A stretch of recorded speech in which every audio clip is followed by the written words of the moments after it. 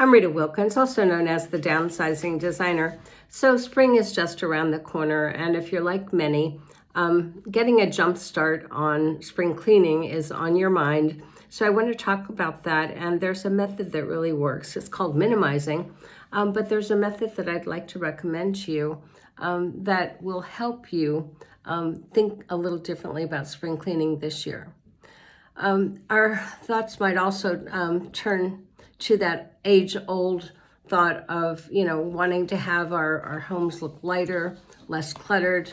And have you asked yourself why it takes so much time to clean, to organize, and tidy up the same old stuff over and over again? Then buy more pretty organizing bins that will help you with that same old stuff. It is like one vicious cycle. You organize the same belongings over and over again. It takes time from your daily life, from doing the things that you would rather be doing, and it creates more work because it's so redundant. So this year, and this is important, maybe rethink spring cleaning and instead do a spring clean out. So what if you got rid of some of those things that you keep reorganizing each year? Things that you never use, you forgot you even have, things that you have multiples of, things that you don't want, need, or use. And what if you pared down those possessions to only those things that you love, only those things that you want, need, and use, and only things that fit and look good on you? So what if this season, instead of organizing, you minimize your belongings?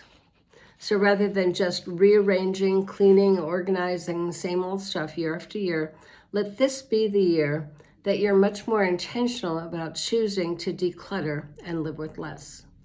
So the method that I like for this particular project, because there might be a number of areas of your home that need to be decluttered and minimized, the room by room, week by week decluttering method is one that I think really works well for this. And by far, it's one of the best kind of long-term decluttering methods, and it will help you rethink everything as you go. So it's one of the ones that I use, and it works because it's slow, it's steady, and it's intentional. And each week, you're going to see small wins and ultimately the big wins. So when you pull everything out of a closet and you realize, how much you never use, you forgot you even had it, or you remembered how much money, you wasted over all that time. It can be kind of emotional, and a lot of people get stuck right here, but it's also exhausting. So think of it this way.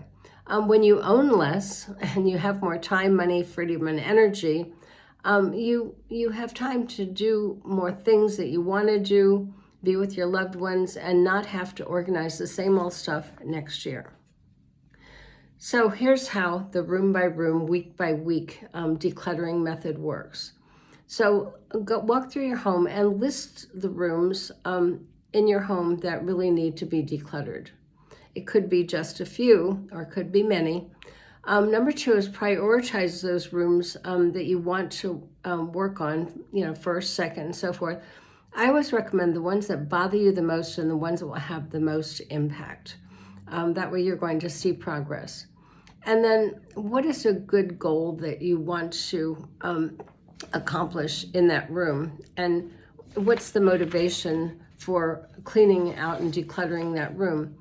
Maybe say, what do I want that room to feel like when it's done? And maybe let's say it's your home office. You want it to feel calm and organized and efficient. And maybe just lighter, brighter, whatever it is. But once it's decluttered, it will happen. And then number 4 is to pick one area of that room to start. It could be the closet, the dresser, the bookcase, and then set a time to complete your goals. And a good clean out is going to take between 2 to 3 hours. Obviously more if it's a big mess, and less if it's not. So remove all of the items from that area. So instance, get all of the clothes out of the closet and ask yourself these questions item by item. Do you use it? Do you wear it? Do you love it? Does it fit? Does it look good? So if not, place it in a donate pile, item by item. These piles of donate, discard, or keep. Remember, there are a lot of people out there that if you're not using it and wanting it, a lot of people do want it and a lot of people do need it.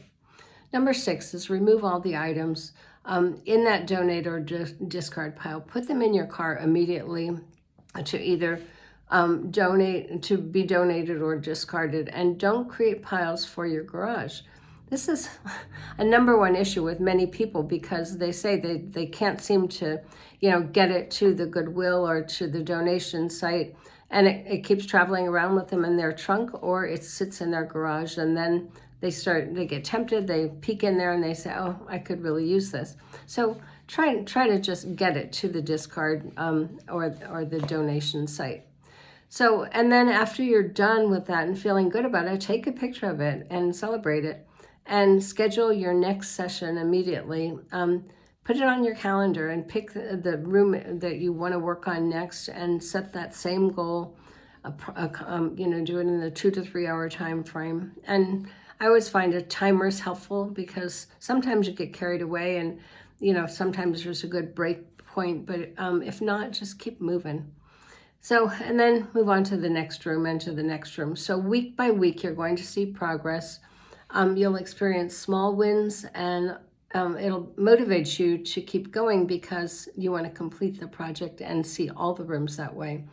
And when you use this decluttering method, spring cleaning will take on a whole new meaning because the big challenge results in big rewards. So what happens is your attitude towards stuff starts to change. You'll be less inclined to buy more, and you'll become more intentional about what you want and need versus what you don't want and don't need. And you'll develop a decluttering muscle that makes it a lot easier to let go of your unneeded items. And also you'll begin to experience the value of living simpler, a simpler life with less. Hope this helps.